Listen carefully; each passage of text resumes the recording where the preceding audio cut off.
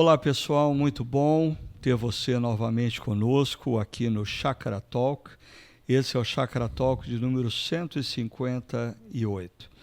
Aqui no Chácara Talk nós procuramos refletir, aprofundar, elucidar questões relacionadas às mensagens, às reflexões que nós trazemos da nossa comunidade, a comunidade Chácara Primavera. Por isso, sempre é importante, antes de você ouvir o nosso podcast, você acessar o chácara.org, o Chácara TV, e participar, ouvir, tomar conhecimento da mensagem que foi trazida em alguns dos domingos anteriores.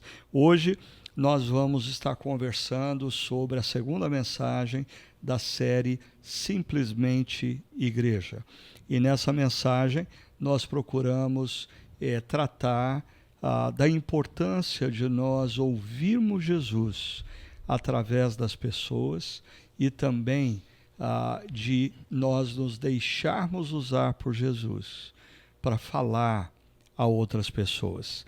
E eu tenho aqui comigo os pastores que têm me ajudado nessa série, nas pregações, pastor Tiago e pastor André. Seja bem-vindo, Tiago, seja bem-vindo, André. Ô Ricardo, sempre uma alegria estar com vocês aqui. Boa tarde, boa noite, bom dia para todo mundo que nos acompanha aí no YouTube, nas diferentes plataformas também. Uma alegria estar com vocês aqui, o meu Tiago, um amigo corintiano, Ricardo, amigo palmeirense, vamos nessa. É claro que o amigo palmeirense vale mais atualmente do que o amigo corintiano, né? Você não quer falar sobre isso, né, Tiago? Melhor mudarmos de assunto. Podemos ir em frente. Por favor. Ok. Olha só, nós recebemos aqui uma mensagem bem interessante do Livan, nosso querido Livan, que tem atuado no Renovo, que é um braço social da nossa comunidade. Ele diz, na época da plantação da chácara, quando a gente mostra aquela foto de 2001, né? Eu era seminarista batista. Já se notava um movimento de disrupção em prol da missão em relação ao status quo. É verdade, Livan, eu me lembro de você ainda seminarista, viu? Você costumava orbitar nos nossos primeiros dias daquela época, eles se assustavam um pouco com a chácara. Mas muita coisa mudou, né? Hoje, muitas igrejas estão mais próximas e mais parecidas.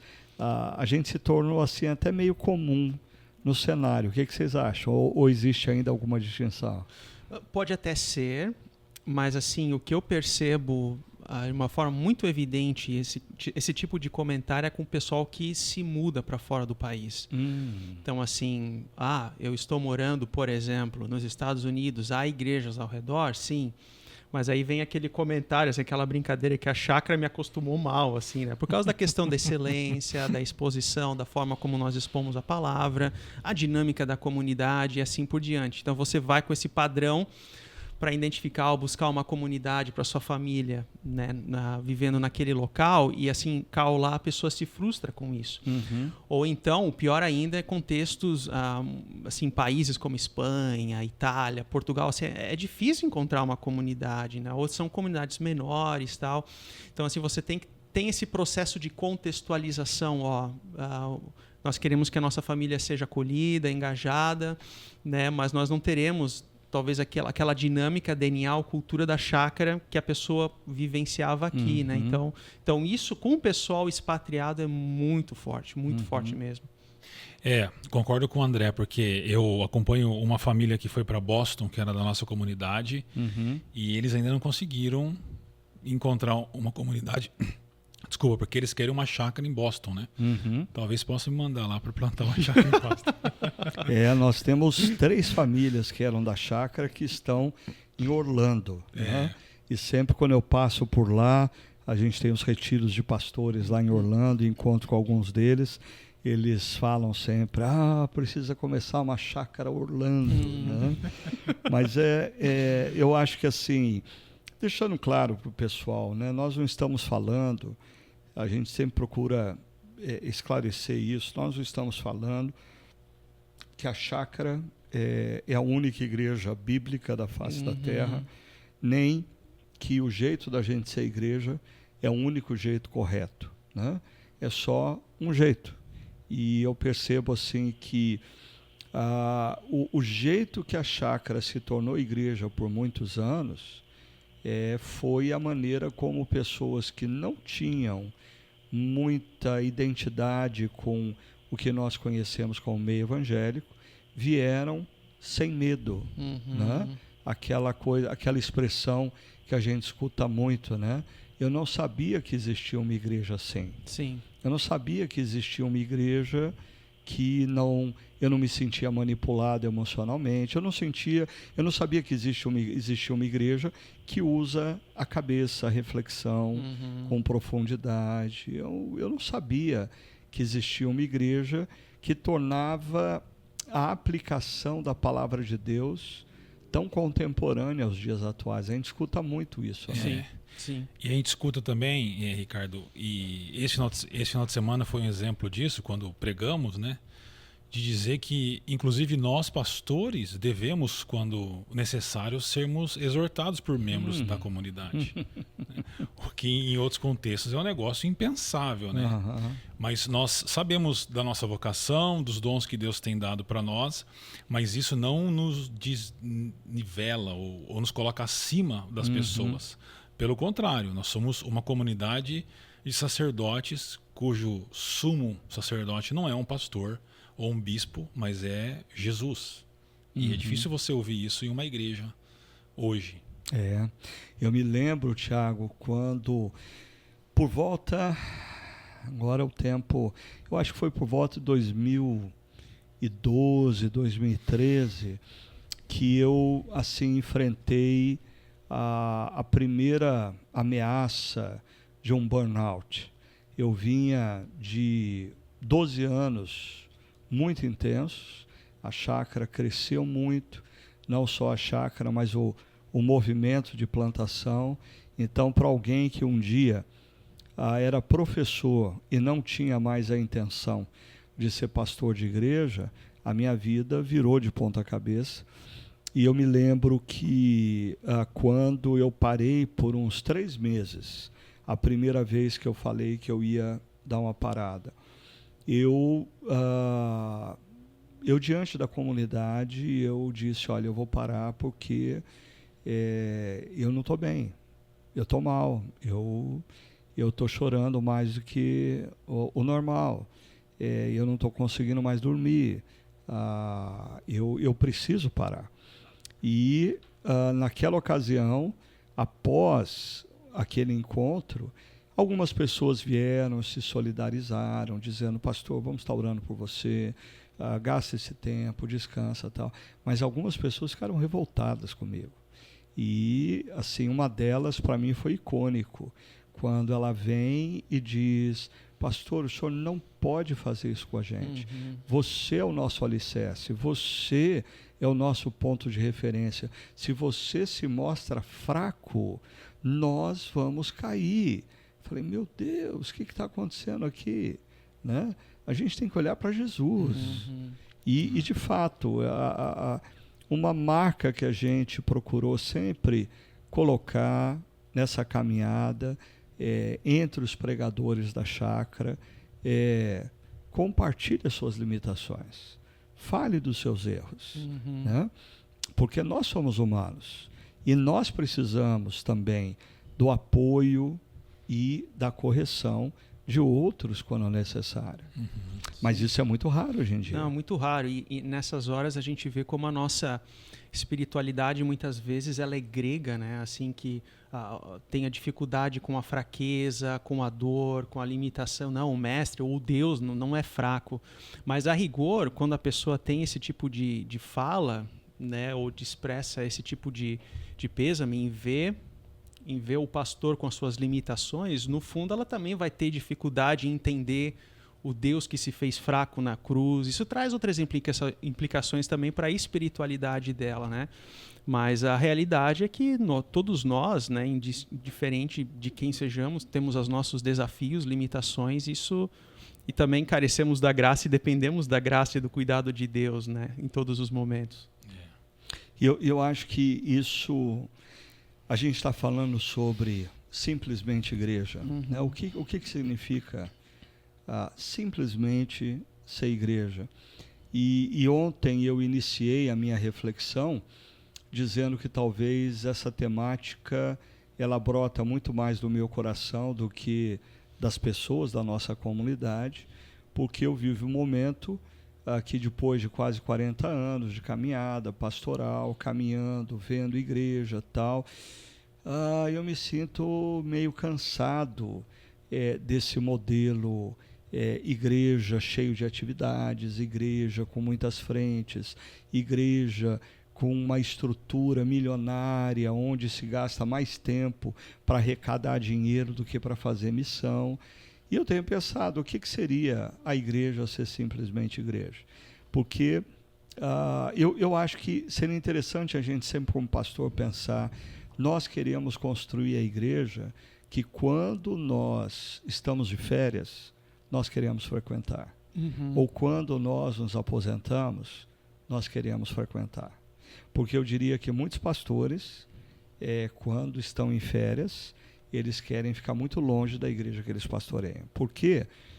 Porque eles não sentem ali, de fato, acolhimento para eles como pessoa. Eles só servem enquanto eles estão no palco. Quando eles descem no palco, as pessoas não gostam deles fora do palco. Sim. Mas eu acho, Ricardo, que essa constatação que você chega não é só cansaço também. Eu acho que é fruto de... À medida que o tempo vai passando, a gente vai se dando conta do que realmente vale a pena na vida, né? E eu não tenho esse tempo que você tem, estou ainda longe desse tempo, mas eu já penso sobre isso, assim, porque essas igrejas cheias de atividade para todos os tipos de pessoas e de público é uma coisa cansativa e que não gera os efeitos que nós precisamos de verdade.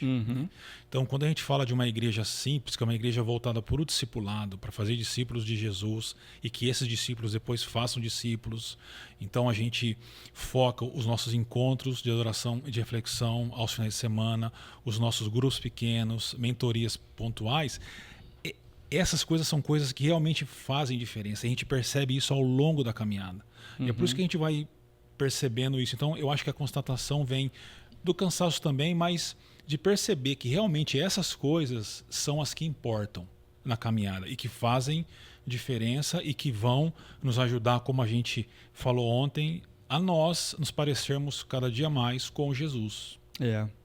E sabe que acho que assim, à medida que a gente vai caminhando, a gente vai aprendendo e muitas das coisas, mesmo a nossa estrutura, a gente começa a refletir um pouco mais e perceber, fazer alguns ajustes, né? Hoje, quando eu olho para a estrutura da chácara, eu diria que no momento de adoração e reflexão aos finais de semana, é o momento da multidão. Momento que a gente se reúne para ouvir a voz de Cristo. Nem todos que estão ali são discípulos, mas todos que são discípulos estão ali. Aí, nós sempre afirmamos que no grupo pequeno nós vamos aprofundar a reflexão. Eu acho que hoje, por exemplo, principalmente quando a gente tem um podcast, o ambiente do aprofundamento, da reflexão em torno da mesa, se torna o podcast. E o grupo pequeno é um momento precioso que eu posso perguntar para o meu irmão e minha irmã, como que você ouviu a voz de Jesus? Ou eles me perguntam, como que você ouviu a voz de Jesus? Como que o que Jesus disse a você se aplica na sua vida? Me conta, como o que Jesus falou para você se aplica na sua vida? E isso é um momento de interação, de aprofundamento e faz com que o nosso foco esteja a semana toda praticamente num tema. Nós não temos diferentes temas em diferentes lugares da nossa comunidade. É assim, se nós temos o direito de dar 3 marteladas, nós damos 3 marteladas no mesmo prego. Na hora da exposição, na adoração e reflexão, no podcast e no grupo pequeno. Buscando, de fato, esse não só aprofundamento, mas a percepção das implicações da palavra de Deus nas nossas vidas, a praticidade. Havia uma época, e claro, aqui eu falo em generalizações, né, onde círculos teológicos mais tradicionais tinham essa compreensão de que a igreja viva é aquela igreja cheia de atividades. Né?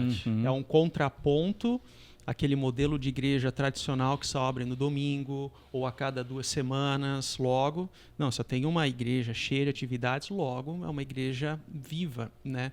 E muitas das pessoas que, eventualmente, novamente, eu falo em generalizações, né, que se achegam à nossa igreja, elas tiveram esse tipo de discipulado, né? Então elas também querem ou exigem, né, diferentes atividades acontecendo no nosso contexto da comunidade. Por isso que uma série de mensagens como essa, Simplesmente Igreja, ajuda a reforçar qual é o nosso DNA, qual é a nossa estrutura, né?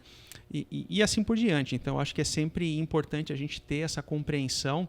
E eu lembro no seminário, né, que eu tive que fazer um planejamento como uma das provas finais do seminário, planejamento estratégico ministerial. Eu tive que fazer assim, 5 anos de todos os textos que eu vou pregar no culto de domingo, todos os textos que eu iria pregar no grupo de jovens, todos os textos que eu iria pregar no encontro de casais, todos os textos que eu iria pregar nos grupos pequenos, todos os textos que eu ia pregar naquele, assim, me dava uma ansiedade só de preparar aquilo. A Bíblia toda você ia pregar. Aquilo me deu uma ansiedade, só que eu não sabia articular de outra forma, né? E assim, para mim, falo na perspectiva de um pastor, mas poderia ser como um membro da comunidade, alguém que frequenta. Para mim é libertador interpretar o discipulado de uma perspectiva orgânica, como nós falamos nessa linguagem orgânica, e dentro dessa compreensão da grande multidão, do grupo pequeno, de encontros cruciais, de serviço, ou seja, esse track, né, essa linha, isso é libertador para aqueles que tiveram essa experiência mais ativista. Né? Mas note só como é uma mudança sensível, mas importante, porque as pessoas elas participam, algumas, né, ou muitas delas, de muitas atividades. Então, são cultos, são conferências, são workshops, e a minha imagem é de alguém com uma sacola que vai colocando aquilo dentro da sacola, tudo que ouve, e daqui a pouco não acha mais nada. E aquilo não foi aplicado na vida dela. Agora, por exemplo, no final de semana retrasado, né, que nós somos ensinados de que quando a gente está no encontro de adoração e reflexão, Jesus está falando com a gente. Isso muda tudo. Isso muda como eu me preparo para ir para o encontro. Isso muda como eu preparo a minha família para ir para o encontro. Isso muda como que eu canto no encontro. Isso muda como eu oro no encontro. E isso muda principalmente como eu recebo a pregação que está vindo da palavra de Deus. Isso muda tudo. E sabe que alguns anos atrás alguém me questionava acerca do porquê a chácara não tinha um ministério de casais. Porque, afinal de contas, a pessoa dizia, nós precisamos ensinar os maridos a serem bons maridos, as esposas a serem boas esposas, os pais serem bons pais e os filhos serem bons filhos. E aí eu dizia para essa pessoa, bom, em primeiro lugar, o trabalho da igreja nunca foi e nunca será ensinar as pessoas a serem boas.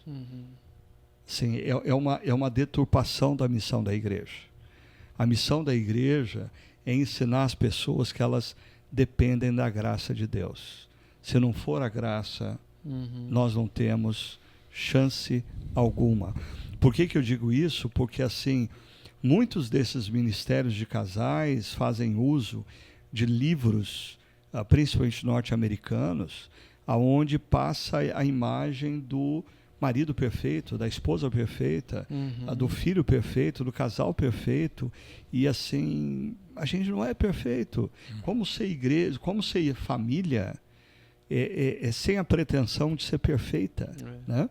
Mas eu também dizia para essa pessoa, na época, que assim, se nós queremos esposos melhores, esposas melhores, filhos melhores, Então, que eles prestem muita atenção na exposição da palavra domingo após domingo.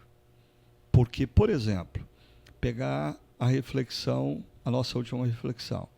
Se o marido escuta que ele precisa estar num ambiente onde a palavra de Cristo habita, ele vai escolher melhor os amigos, ele vai escolher melhor os conselheiros, e escolhendo melhor os amigos e conselheiros, ele vai ouvir questões que ele precisa ouvir, e ele vai ser repreendido no que ele precisa ser repreendido, e, consequentemente, ele vai ser um melhor marido. Então, é uma deturpação as pessoas acharem que, porque você não tem um ministério de casais, a igreja não dá ênfase na família. Tudo que nós ensinamos tem implicações para a família, tem implicações para o trabalho, tem implicações para as relações sociais, para a nossa responsabilidade como cidadão, né? A questão é como você olha isso. Sim. Né? E a forma como nós... É aí que o Espírito Santo também fala com a gente. Então, habite ricamente entre nós, né? A palavra, qualquer outra palavra que é pregada, tipo, cada uma pessoa vai aplicar dentro do seu contexto específico, né? Talvez a ilustração da mensagem, do sermão que o pastor traz é uma, mas a pessoa ela interpreta dentro do seu contexto de vida, né? Então, assim, isso significa também ter o solo, o terreno fértil, justamente para estar aberto para ouvir a voz de Deus, escutar a Cristo, né, através da palavra e aplicar para dentro de cada contexto. É ali que o frutificar acontece, né? Só pegando esse gancho e entrando no texto e na temática de ontem, eu acabei fazendo menção a Colossenses 3,16, habite ricamente em vocês ou entre vocês a palavra de Cristo. E eu fiz menção do marido que escuta isso e percebe que ele precisa desenvolver amizades, estar em ambientes onde a palavra de Cristo está entre eles. E com isso ele vai ouvir, tanto preventivamente como corretivamente, palavras que o tornam melhor. O Tiago, que estudou o texto comigo, se lembra que em Colossenses 1:28, Paulo usa as mesmas palavras, ensinar, repreender, né? E tem uma terceira palavra que ele usa, ele repete, ensinar, repreender, enquanto o Tiago pega aí, mas eu ia lembrar que Colossenses 1:28 termina... Proclamamos, divertimos e ensinamos. E continua. A cada um com toda a sabedoria. Para que apresentemos. Ensinar e repreender com sabedoria. Que é a mesmo do mesmo texto. De 3:16. Exatamente. Mas olha como termina o verso 28. Qual que é a finalidade disso? Para que apresentemos todo o homem perfeito em Cristo. Ou seja, quando a gente está num ambiente onde a gente é ensinado, a gente é repreendido em toda a sabedoria, o resultado final é tudo que a gente faz, em palavra e em ação, se torna mais parecido com Jesus. Maturidade. Colossenses 1:28. Né? Sim. Agora, a gente até deu alguns exemplos ontem de contextos que influenciam as pessoas hoje a conviverem em ambientes onde a palavra de Cristo não está entre eles. Isso influencia demais as pessoas. Eu citei, por exemplo, a academia. Sim. Que muitas vezes a importância da gente cuidar do físico, da saúde, muitas academias se tornaram point onde as pessoas se vestem para aquele lugar, se preparam para aquele lugar. E ali existe todo um jogo de cena para ser observado e para atrair e ser atraído. E às vezes os conselhos ali não são bons. Sim. Né? Assim como às vezes o happy hour com determinados amigos acaba não sendo um bom ambiente. A pergunta é, por um lado, o Salmo 1 diz que a gente não deve se assentar na roda de escarnecedores. Por outro lado, as pessoas dizem, mas Jesus se assentava à mesa com pecadores e publicanos. Vocês podiam explicar para mim a diferença? Eu tinha um professor que falava assim, Jesus foi o primeiro a quebrar esse salmo. Eu gostei. Eu acho que nessa provocação, Ricardo, né, me vem à mente aquela palavra de Newbegin, de que a vida cristã é uma tensão insuportável, né, de que é a tensão de a gente viver, de um lado, a narrativa bíblica, encontrar o nosso local na história de Deus, mas ao mesmo tempo nós vivemos numa narrativa ocidental, no mundo com as suas particularidades, com uma cultura com a marca do pecado, e a gente vive nessa tensão, entre aspas, insuportável no sentido porque ela é dolorosa, né? Muitas vezes a gente se vê diante de situações onde, eu posso avançar aqui e fazer uma diferença nesse espaço, ou não, isso não é para mim, eu preciso recuar. E assim por diante. Então a vida é marcada por eventos dessa chamada tensão insuportável, né? Agora, para mim, existem alguns critérios muito claros, né? Se eu devo avançar em determinados ambientes ou não. Primeiramente, se isso vai causar algum tipo de atrito com a minha esposa, se isso vai causar algum tipo de dificuldade com os meus filhos, se eu, por exemplo... eu me recordo de um colega de trabalho onde todo dia à noite ele tinha o futebol no society com os amigos. Assim, tem algo de errado em jogar bola, futebol com os amigos? Não. Mas você via ele segunda, terça, quarta, quinta, sexta, era o happy hour, sábado, domingo. Ou seja, aquilo era uma rotina onde você percebe que está não apenas influenciando a ele mesmo, mas também ao contexto da família. Se tornava amor fora de ordem. É um ou seja, amor... ele amava mais o futebol do que a família. É amor fora de ordem. Exatamente. Então, assim, há critérios que a gente pode utilizar no uso e espaço desse tipo de ambiente, né? Porque, ao mesmo tempo, nós somos chamados, pensando na perspectiva propositiva, né? Nós somos chamados a viver essa nova vida, essa nova humanidade no mundo onde nós estamos, né? Então, o Bonhoeffer falava que a espiritualidade não é uma bolha, nós não vivemos numa bolha, numa renoma, mas nós temos e vivemos, seja na academia, seja no contexto de trabalho, e eu vim do comércio exterior, e era muito interessante porque quando nós recebíamos os clientes, assim, grupos, né, as comitivas que vinham até na empresa, assim... Tire as crianças da sala, porque eles queriam não apenas conhecer o produto, mas havia todo um circuito de prostituição que eles queriam, entendeu? Então, assim, você vive essa tensão insuportável em todas as áreas, em todos os níveis, digamos assim, profissionais. Então, é importante, não apenas familiar, mas também profissional, né? Então, você é chamado para exercer testemunho dentro dessas diferentes dinâmicas da vida, né? Mas eu penso que critérios existem no sentido de identificar o que vai... E aí entra a maturidade, né? A maturidade é você perceber aquilo que vem ao encontro de você, aquilo que realmente edifica, aquilo que constrói na sua família ou não, né? Então, acho que é por aí. Salmo 1 e Lucas 15. Me explica, Tiago. Lucas 15 das parábolas. Não. Jesus estava sentado com os publicanos e pecadores. Sim. O Salmo 1, ele é uma introdução do livro dos Salmos, que todos os Salmos eles fazem referência à palavra de Deus, né? E tem principalmente o Salmo 119, que é um salmo que se refere à palavra de Deus. Então é um salmo que lança luz para o que você vai ler. E essa imagem de sentar na roda dos escarnecedores não é apenas estar junto de pessoas que são escarnecedores, mas é pertencer ao grupo, é essa imagem. Se deixar moldar por eles. Porque o justo ele é diferente, né? Ele está em um outro caminho, e o Salmo 1 deixa claro. E é por isso que Jesus se assenta junto dos pecadores, porque ele não é moldado por aquele estilo de vida, mas ele influencia. E aí está o ponto, eu acho. Então, usando, por exemplo, o que você disse de alguém que vai num happy hour com os amigos do trabalho, o que não é nenhum problema, mas se a conversa vai, por exemplo, para um caminho mais promíscuo e ele entra, ele se assentou na roda dos esclarecedores.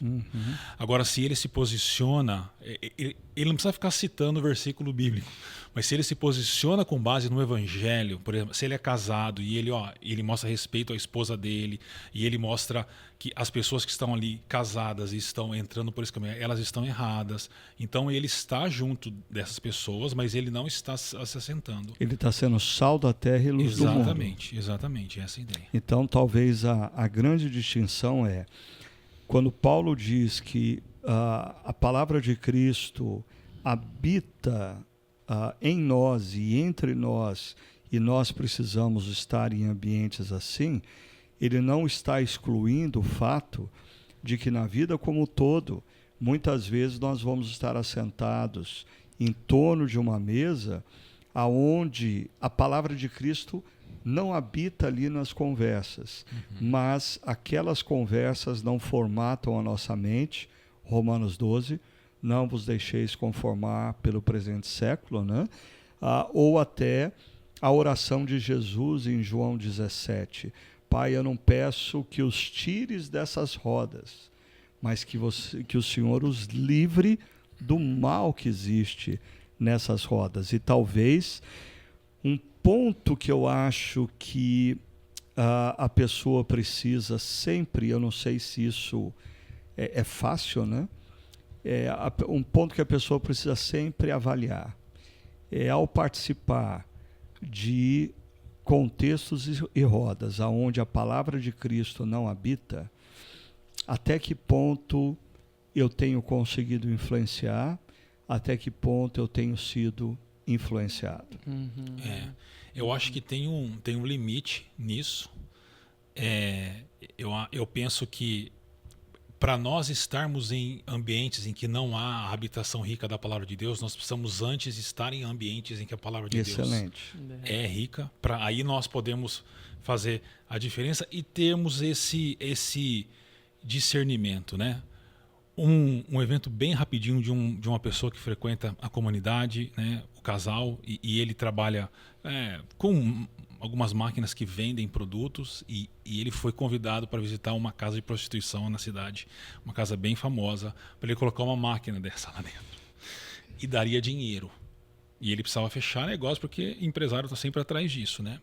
Mas ele colocando essa máquina lá, ele não só teria acesso a essa máquina dentro dessa casa de prostituição, como o dono da casa disse: você pode ir a hora que você quiser e escolher qualquer mulher que você quiser. E aí, de um lado, ele tinha a necessidade de fechar negócio, mas de outro lado ele tinha essa situação.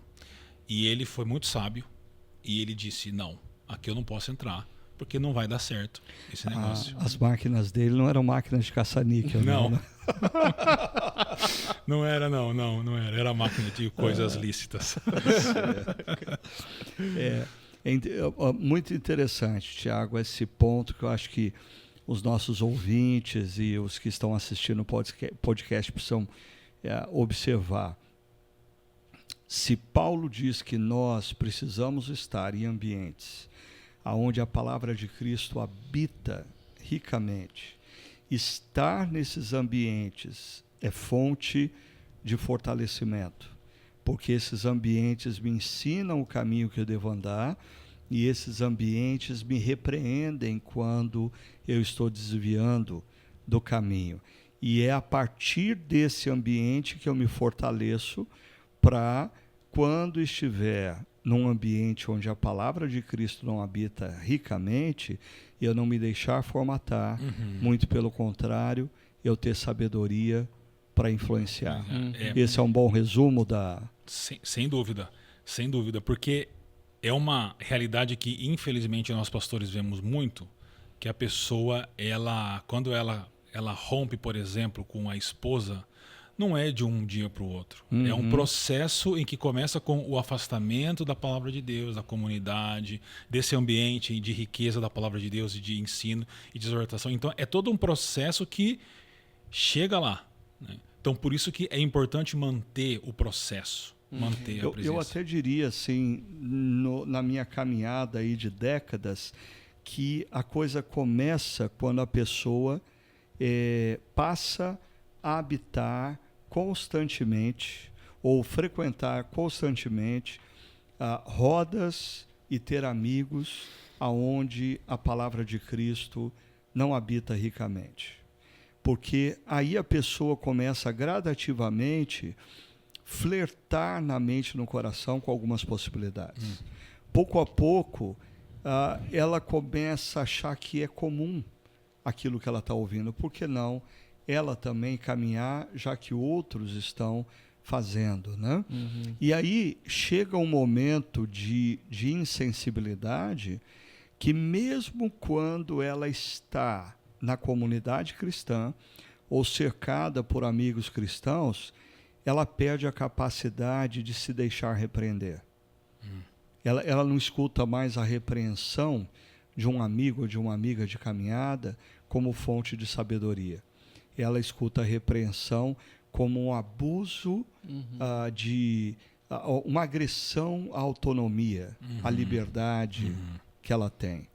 E aí vem as catástrofes que a gente conhece. Ou seja, parece que às vezes pessoas deixam ambientes onde a palavra de Cristo habita ricamente e começam a gastar muito tempo em ambientes onde a palavra de Cristo não habita ricamente. Aí ela começa a flertar com alguns valores no coração, com alguns pensamentos, e mais tarde, quando repreendida, ela não consegue escutar mais. É interessante porque é o mesmo caminho do primeiro casal no Éden. Porque como que começa? A serpente, ela começa a relativizar a palavra de Deus. Então, ela não confronta direto. Ela diz, foi isso mesmo? E aí, o segundo passo é se opor abertamente à palavra de Deus. E o terceiro passo é a pessoa sucumbir ao apontamento da serpente. É um processo bem parecido. E a pessoa, muitas vezes, ela não percebe que ela está caminhando nesse processo, né? Ela simplesmente se deixa levar, ela é conduzida, aí percebe que é melhor estar lá do que estar aqui e assim por diante. Então, assim, é um processo que acontece muito no bastidor da alma, né? Tudo isso. Então, assim, e a partir do momento, como o Ricardo falou, né? Quando ocorre a repreensão, ou a exortação, ou o toque, ou não é por aí, a pessoa ela se revolta com aquilo, né? Porque daí ela percebe, poxa, mas eu andei todo esse processo aqui, isso é muito perigoso, é muito perigoso. E acontece porque ela está mais moldada pela cultura do que pela palavra de Cristo. Exato. E como se deixar moldar pela palavra de Cristo e se fortalecer diante do poder da cultura? Eu gosto aqui desse texto de Colossenses, primeiro porque Colossenses ele dialoga muito com Efésios, né? Gramaticalmente ele é muito parecido. E você, Ricardo, até mencionou de dois termos que Paulo usa, um deles em Colossenses, mas em Efésios ele vai usar no capítulo 5, se eu não me engano, né? Que é o revestir-se e o despir-se, ou despojar-se, né? Revestir e despojar. Então é interessante porque as Escrituras, e certa vez eu estava lendo um estudo, vários textos bíblicos onde o texto ele nos convida tanto a despojar-se de algo, ou seja, abrir mão, é como se fosse tirar a roupa, rasgar a roupa, né? Então, assim, são atitudes que a gente precisa abrir mão, mas não ficar nu, digamos assim, né? Revestir-se com atitudes saudáveis, né? Então, a vida de fé é um constante despojar-se e revestir-se do novo homem, né? Com atitudes do que é que me afasta, o que é que me deixa, que me faz habitar mais nesse meio e não nesse. Você ter essa compreensão, essa autoanálise pessoal, né, de você despojar-se de atitudes e assim revestir-se de bondade, de mansidão, de amor, de convívio em comunidade e assim por diante. Então, pessoas que seguem por esse caminho, né, tomando como esse exemplo, são pessoas que no meio do processo elas deixaram de fazer essa análise do que elas precisam abrir mão, o que elas precisam vestir diante daquilo, né, e assim por diante. Agora, deixa eu colocar uma tempero. Pimenta nessa conversa aí. Porque eu concordo com o que você disse, André, mas você usou a terminologia, a pessoa precisa fazer uma autoanálise, o que ela precisa despojar-se e o que ela precisa revestir-se. E tanto Efésios como Colossenses, me parece, assim, diferentemente da instrução lá da ceia do Senhor, em 1 Coríntios 11, quando cada um deve se analisar, Colossenses e Efésios trabalha com a dimensão que cada um de nós precisa estar no contexto comunitário, porque talvez eu preciso que o outro diga para mim o que eu tenho que me despojar, e o outro precisa dizer para mim o que eu tenho que me revestir. Porque assim, quando a gente se olha no espelho, né? Assim, quando eu passo maquininha para assentar o meu cabelo, né? Para preparar o meu corte, às vezes existem pontos que eu não consigo enxergar. E eu preciso pedir para a Sônia, querida, dá uma olhada, por favor, está tudo em ordem? Então, voltamos à questão dessa espiritualidade desigrejada, onde a pessoa diz, não, mas eu sou discípulo de Cristo. Sim. Como que eu vou ser discípulo de Cristo se eu não consigo, eu não sou suficiente para mim mesmo? Eu preciso que o outro diga para mim o que eu preciso, o que eu preciso me despir e o que eu preciso vestir. O que vocês acham disso? Sim, por isso que a expressão uns aos outros, que Colossenses usa muito, ela é importante, porque isso tudo também acontece no convívio, na vida em comunidade. Então não é uma fé individualizada. Agora, né? Esse negócio é bonito, assim, no conceito. Sim, né? mas dói na... E quando uma pessoa, assim, se eu chego para o Tiago e falo assim, Tiago, com todo amor e carinho, eu acho que você devia deixar de fazer determinada coisa porque não combina com o discípulo de Cristo. Ou, André, com todo carinho, eu acho que falta em você uma característica que você precisa se exercitar, porque ela pertence a Cristo e ela não está em você. Claro que eu estou sendo assim curto e grosso, né? Mas quando essas coisas acontecem, vamos jogar na real. Esse negócio é fácil, a gente abraça facilmente? Não, fácil não é por causa da nossa natureza, né? Mas é por isso que uma das características que Paulo coloca, se eu não me engano é Colossenses capítulo 1, 28, que a gente usou até ontem, é a humildade para você ouvir isso, né? De outras pessoas, assim. E aí está a beleza de viver em comunidade, que reflete a trindade, porque o nosso Deus é um Deus, 3 pessoas, né? Então a comunidade é uma expressão da trindade. Claro que na trindade não há pecado e não há repreensão, mas entre nós precisa disso. E, Ricardo, assim, os frutos que nós colhemos disso são muito preciosos. Por mais difíceis que sejam tais situações, quando nós somos humildes e damos ouvido a pessoas que são irmãos na fé e que são mais maduros, e a gente ouve, nós trilhamos caminhos bons, né? Então, por mais que seja difícil, os frutos são muito bons. Você acho que fez menção aí do primeiro verso, né, dessa perícope, verso 12, que a gente deve se revestir de profunda compaixão, bondade, humildade, mansidão e paciência. Para mim, esses conceitos aqui, eles precisam estar presentes tanto em quem fala como em quem escuta. Porque se o que fala e repreende, falar e repreender sem compaixão, sem bondade, sem humildade, sem mansidão, sem paciência, não vai funcionar. Exato. Mas aquele que escuta, se não escutar também com compaixão, com bondade, com humildade, com mansidão e paciência, não vai funcionar. Não vai.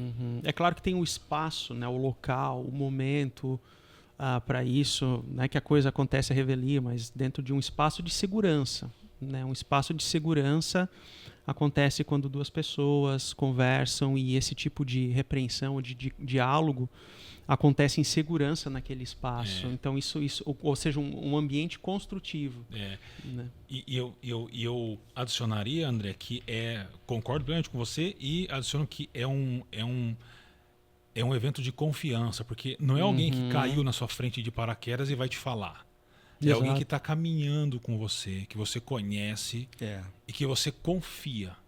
Aí muda a história, porque é alguém que você confia, que você sabe que não está falando por interesses escusos, mas porque tem real interesse na sua vida, no seu casamento, na sua caminhada com Cristo e assim por diante. Aí a história muda. Sim.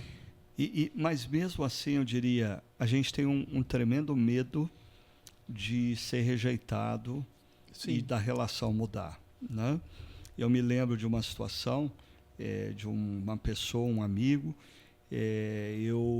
chegou ao meu conhecimento que numa determinada situação, um momento de confraternização, ele excedeu, bebeu um pouco mais do que devia, e daí falou algumas coisas num tom que ofendeu outras pessoas. Eu fiquei muito triste quando eu ouvi acerca daquilo.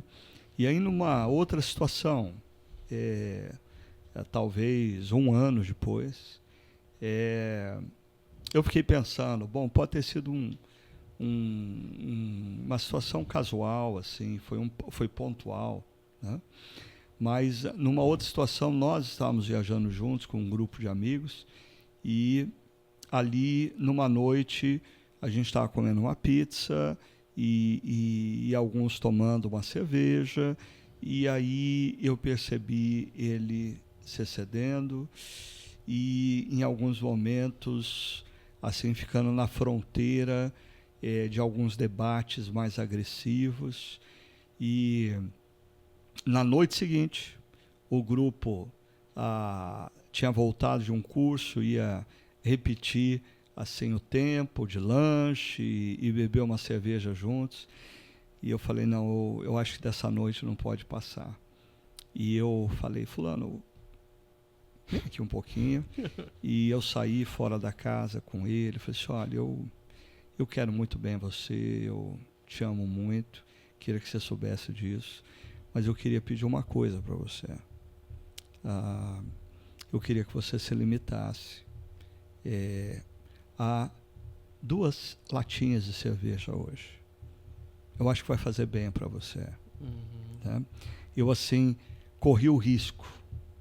Eu não sabia como ele ia reagir. Ele poderia virar e falar, você está me chamando de alcoólatra?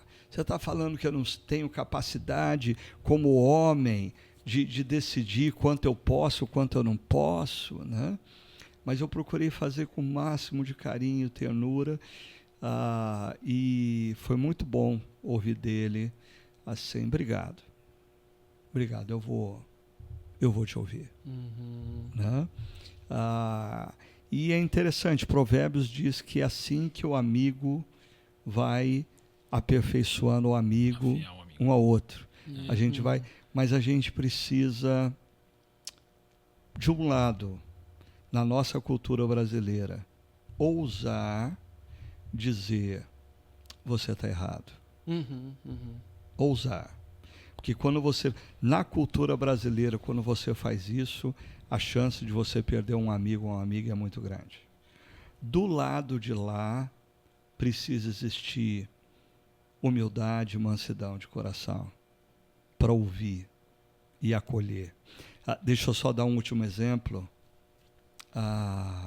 Eu não sei quem foi que eu ouvi, alguém sábio, né?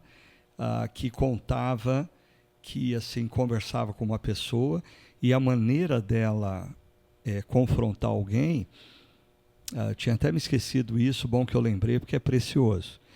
Ele chegava para a pessoa e dizia, eu vou te falar algo. Lembrei, o Luizão aqui da nossa comunidade, com um amigo dele de trabalho. Sim. Eu vou te falar algo, mas você não pode responder agora. Sim, verdade, eu lembro. O feedback, ele você só vai responder amanhã. Então, eu acho que às vezes a gente precisa falar a um amigo ou uma amiga e dizer: você não vai, eu vou te falar uma coisa, você não vai responder agora. Você vai para casa, você vai orar, você vai dormir. Amanhã, se você quiser, a gente continua conversando. Uhum. No calor da emoção, a gente pode falar o que não deve, a gente fere pessoas, né? A gente fere sentimentos. Então, assim, a reação... É muito difícil lidar com reações, né? Quando você ouve algo que, assim, é uma observação, uma disciplina. A criança é assim também, né? Então, o ser humano cresce com aquilo e a reação ela pode ser muito perigosa se a pessoa não tem a maturidade de ouvir e acolher aquilo, né? É tomar cuidado para não lidar a partir de sentimentos. Né? Assim, eu contei uma situação em que eu repreendi alguém, né? Mas uma situação que eu fiz errado, eu já agi de maneira errada muitas vezes ao responder rapidamente e-mails, né? Assim, chegava alguém fazendo uma crítica, aquilo me deixava revoltado e eu escrevia e respondia. Aí alguém me repreendeu, dizendo: você precisa, antes, quando você receber um e-mail assim, primeira coisa, não responda imediatamente. Segundo, no dia seguinte, você considera se deve responder. Aí, se você achar que deve responder, você escreve e deixa na caixa de rascunho mais 24 horas. No dia seguinte, você lê o que você respondeu e se tiver de acordo com o que você queria transmitir, você entender que ainda deve responder, aí você envia. Tá?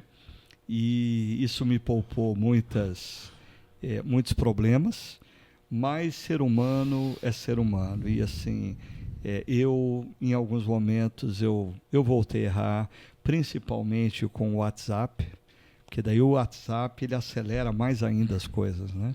Aí você responde o que você não queria. Eu acho que a gente precisa, esse processo de ensino ao outro, e principalmente de repreensão, ele precisa ser muito bem trabalhado, como o termo diz, com sabedoria, né?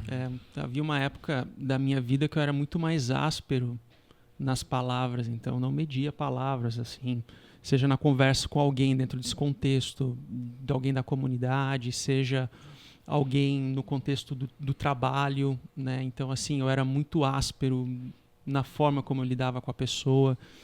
Só que isso também é um processo que a gente é lapidado com o passar do tempo, né? Então, assim, aquela questão de ser mais justo que a justiça, né? Então, e você acaba, muitas vezes, abordando temas corretos da forma errada e é importante ter esse tipo de discernimento também, não apenas de saber ouvir, mas também de saber falar. Então, principalmente, assim, no diálogo talvez com parentes, né? Onde ali é uma relação de sangue, né? Assim, não é apenas uma relação de amor, no sentido de você trazer uma opinião com alguém da mesma fé, do convívio de como não é só isso, é alguém que você possui uma intimidade maior, né?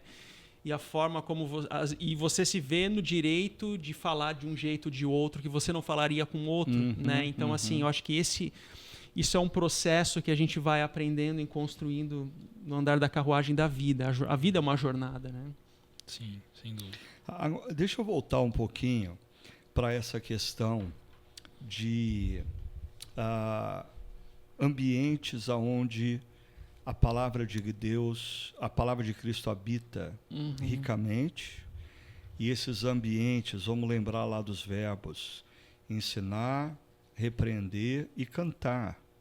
Ou seja, ambientes onde os corações são direcionados a adorar ao único e verdadeiro Deus, a reconhecer que só existe um Deus criador e redentor de todas as coisas.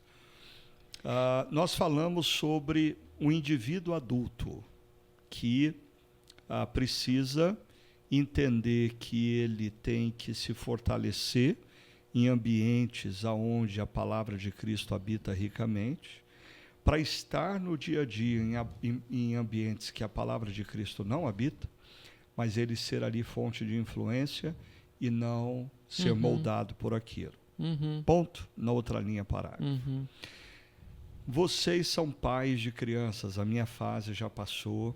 O Tiago entrando com filhos na adolescência, o André em breve. Como que fica esse princípio quando nós falamos dos nossos filhos? Porque às vezes eles tensionam e eles querem estar em determinados ambientes onde a palavra de Cristo não habita ricamente e eles não têm ainda uma estrutura de maturidade para ter qualquer discernimento. Como que pais devem lidar com os seus filhos adolescentes diante de tanta pressão, de tanta demanda, de tanta balada, aonde a palavra de Cristo certamente não habita ricamente? Olha, Ricardo, eu diria, acho que duas coisas. Primeiro, a nossa casa deve ser uma casa onde habite ricamente a palavra de Cristo. Ok.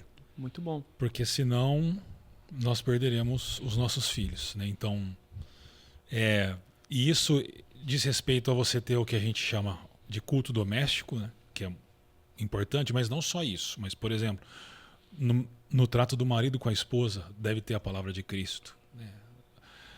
Quando o marido, ou o pai ou a mãe falam do trabalho deles, deve ter a palavra de Cristo também. Então, a casa deve ser um ambiente rico da palavra de Cristo. Primeira coisa.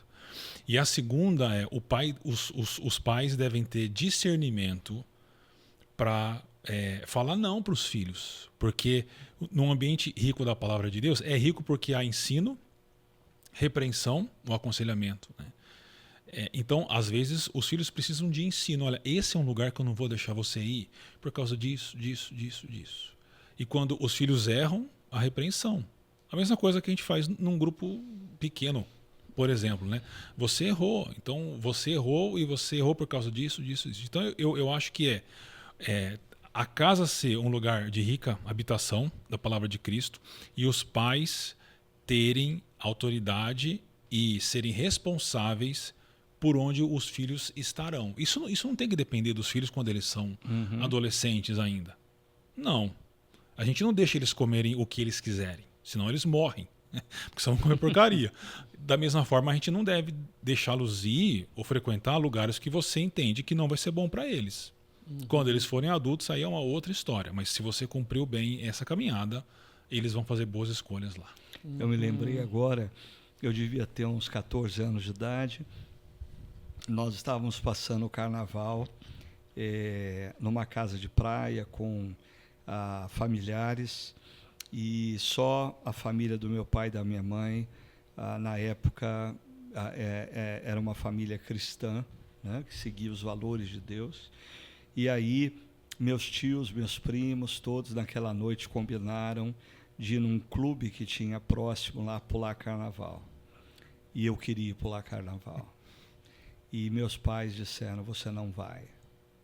Aí eu lembro que eu argumentei com os meus pais dizendo, vocês querem que eu faça algo e nunca experimente o outro lado? Eu só vou saber o que é bom o dia que eu experimentar. Eu preciso experimentar o outro lado. E meus pais foram muito firmes. E eu lembro que eu falei assim, fiquei emburrado uns 2, 3 dias com eles. Eles não negociaram. Eles disseram, você não vai. E uma outra situação, eu ia ter 16, 17 anos, já trabalhava, já tinha meu dinheiro, e um grupo de amigos disse, nós vamos passar as férias juntos em Fortaleza. E eu voltei para casa e falei assim, eu vou com 3 amigos para Fortaleza. E na época, assim, menor para viajar, tinha que ter autorização do pai e da mãe. E meus pais, eu tinha 16, 17 anos, tinha o meu dinheiro, trabalhava, e eles disseram, você não vai. Mas eu já tenho meu dinheiro, eu sou uma pessoa que eu sei o que é o bem, o que você acha. Eles disseram, você não vai. E, então, assim, hoje em dia é tão interessante como, às vezes, a criança não é nem adolescente, é uma criança, 11, 12 anos de idade, os pais já estão cedendo, talvez por medo de não serem amados. Né? E hoje eu olho para trás e eu agradeço a Deus, porque os meus pais foram firmes, seguros e disseram não. Não. E só acrescentando aos pais que nos escutam, porque eu sou um pai que não tem mais filho em casa. Todos já cresceram e se foram. E eu sempre falo para a Sônia que, se eu olho para trás, eu não me arrependo de situações em que eu disse não e eu acho hoje que eu deveria ter dito sim. Eu me arrependo de uma ou outra situação que eu disse sim e que hoje eu percebo que eu deveria ter dito não.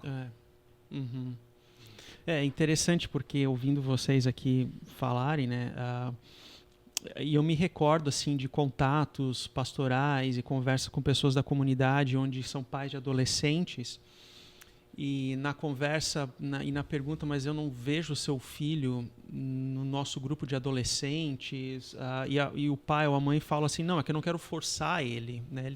Assim, como se fosse uma pressão psicológica ter a vida em comunidade, né? Então, assim, são pais que não conseguem observar a bênção do não. Assim, o não traz a sua bênção na vida da pessoa. Então, assim, não é uma pressão psicológica, e existe também o benefício da espera, né? Então, o não é porque existem coisas na vida em que nós não precisamos antecipar e viver isso naquele momento. Então, a minha filha mais velha, eu não estou na idade de dizer não para ela ainda, para ir nessa ou naquela festa, ainda não.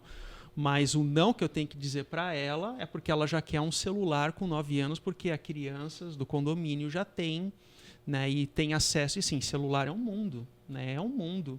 Então eu tenho que dizer não para ela naquele contexto, e aquilo já é uma revolta. No mundo dela já é uma revolta aquilo, né?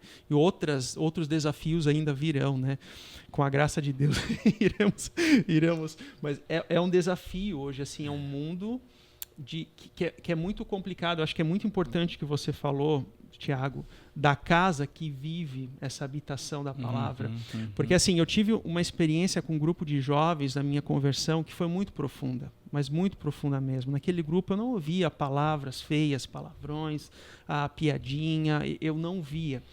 E é interessante porque ninguém deles chegou para mim e disse assim, ó, não vai para esse lugar, não vai para aquele lugar. Nunca ninguém falou o não. Mas eu, na minha ingenuidade, naquele meu início de caminhada, observava eles, eu sou muito observador, então eu observava a vida deles, o comportamento deles, e aí eu via, eles não participam desse ou daquele ambiente, eles não têm esse ou aquele tipo de linguagem, eles não têm esse ou aquele tipo de piada, logo aquilo me moldava. Então eles foram sal e luz para mim naquele momento. Então, e se tivesse a repreensão, ela também seria bem colocada. Então, por isso que a vida em comunidade, seja em família, seja em comunidade, ela molda também quem nós somos, no nosso discipulado, no nosso jeito de ser e assim por diante. Mas é importante entender o benefício da espera, né? Viver a espera, isso é muito, muito importante. Eu queria sair um pouquinho do texto em si que nós estudamos, Colossenses capítulo 3, e voltar, antes da gente encerrar, para o tema maior, simplesmente igreja, celebrando 23 anos de caminhada da nossa comunidade, né? Eu tenho uma pergunta que a Rose Carvalho fez para vocês, jovens pastores da chácara. Certamente ela não fez essa pergunta para mim, ela fez para vocês.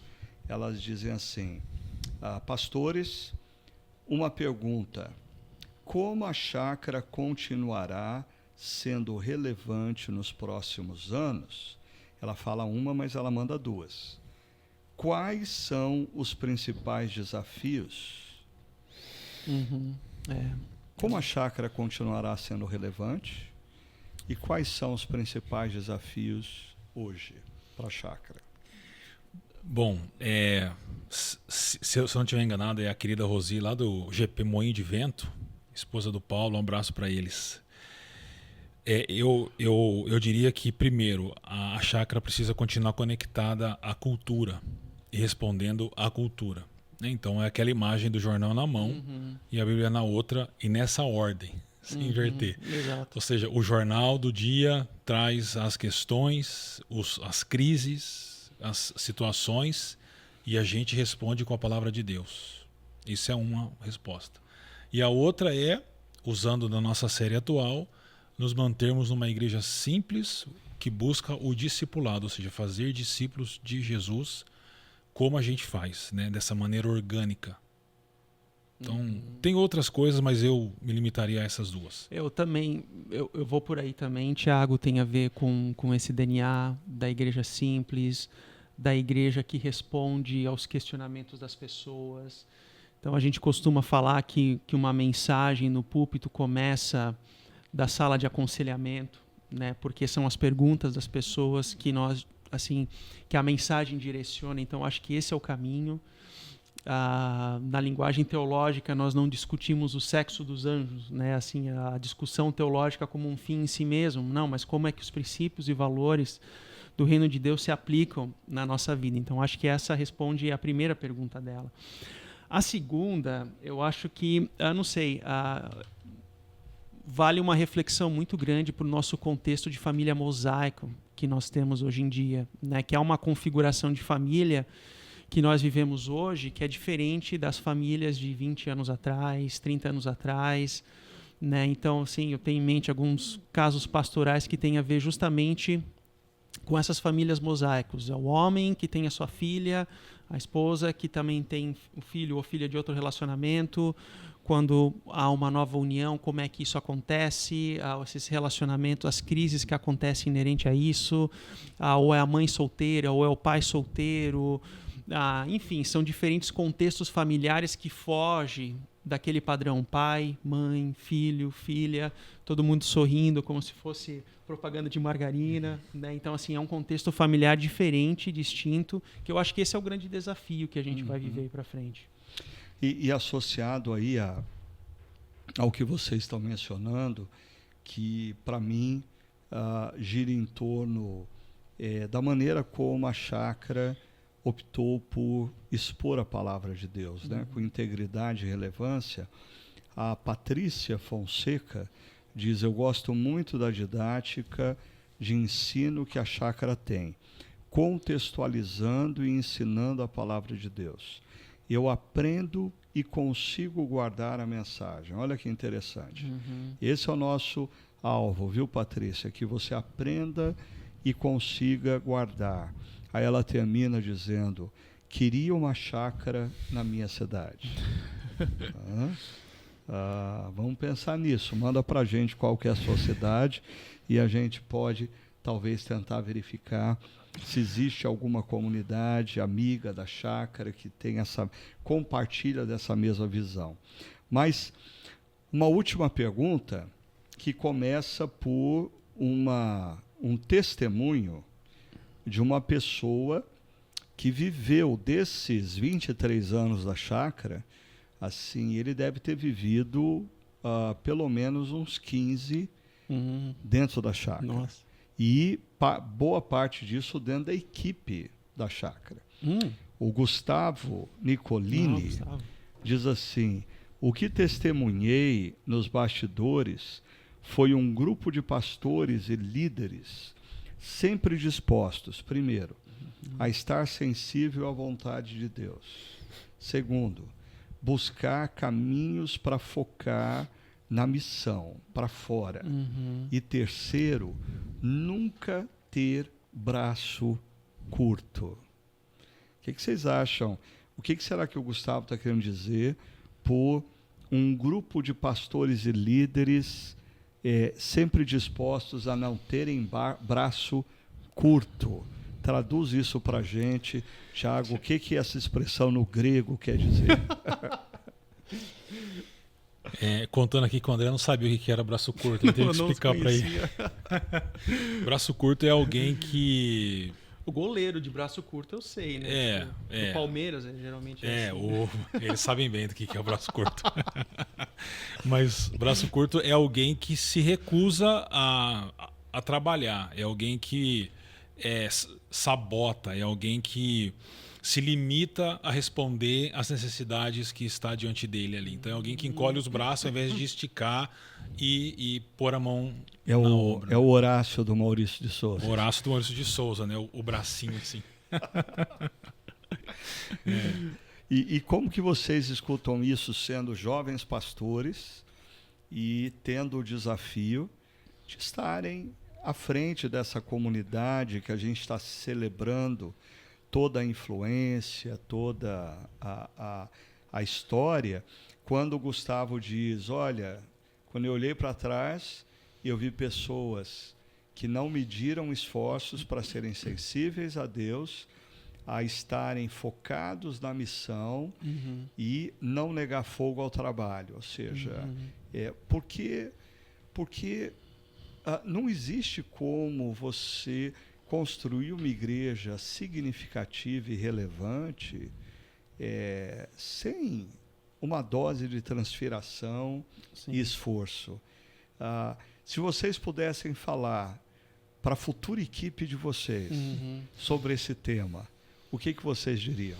Eu gosto da linguagem que a gente usa até entre nós na equipe de uma igreja que é mais propositiva, né, que tenta antecipar problemas, que é uma linguagem do futebol também, né, que sempre está indo à frente, sempre em ação, que não entra em zona de conforto. Então, assim, essa é uma igreja não apenas em se tratando de equipe pastoral, mas também de engajamento com voluntários, né? Nós queremos ver uma cultura de voluntariado, de pessoas que estão engajadas na missão a partir dos seus dons e talentos, não para quebrar o galho da igreja, não é esse o conceito de servir ou de se voluntariar, mas como um processo de maturidade na fé a partir dos dons e talentos que Deus deu a ela, né? Então, assim, estar em missão para mim é justamente não esmorecer, não entrar numa zona de conforto, entender que nós sempre temos uma postura de antecipar situações e estar de forma propositiva atuando na missão, sempre com um olhar para os de fora.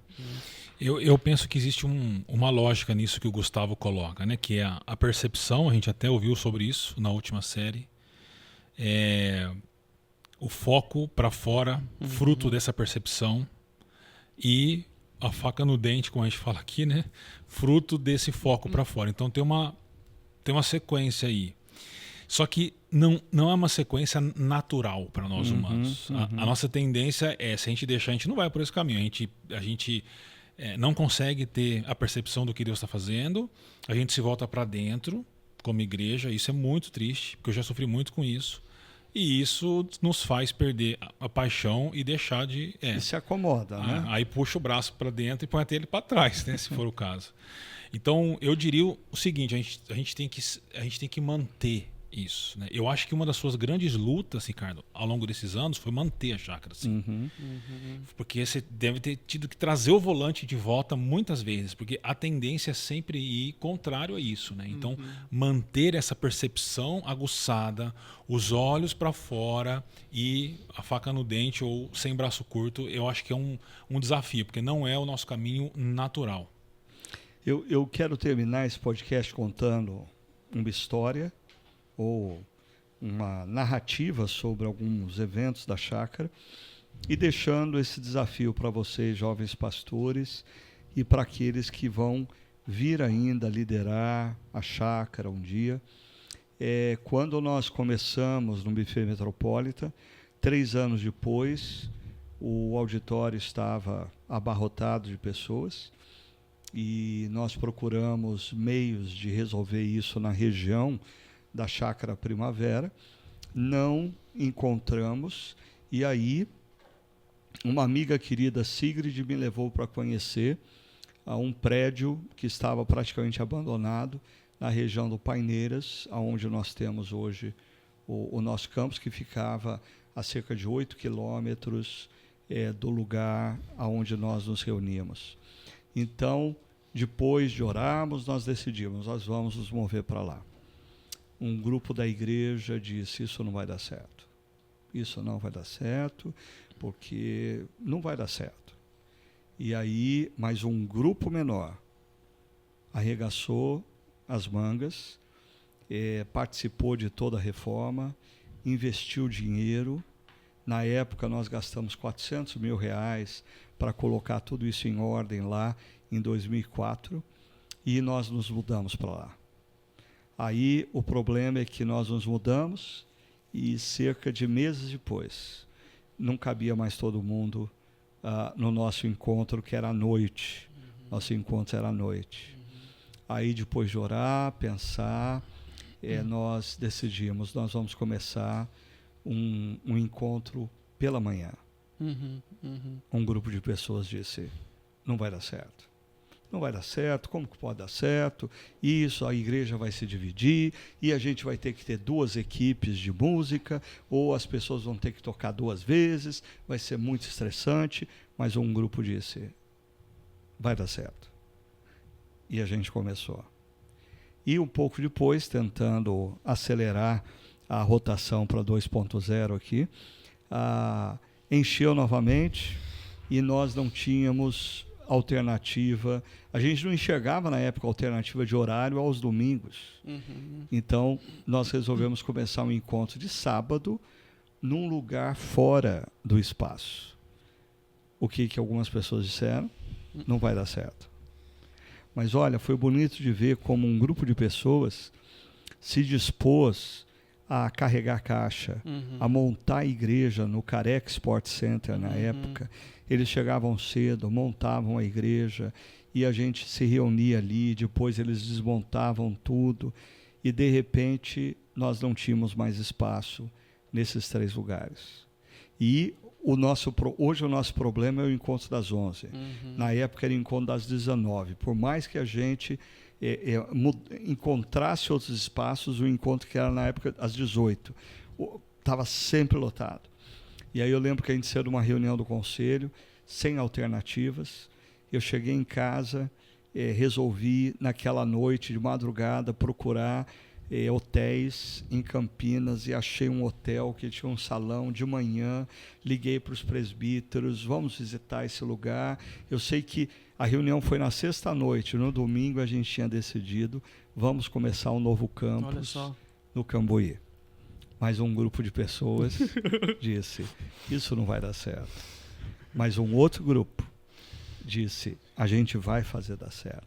Então, a história de igrejas como a Chácara é a história de pessoas apaixonadas pela missão de Deus, para as quais não existe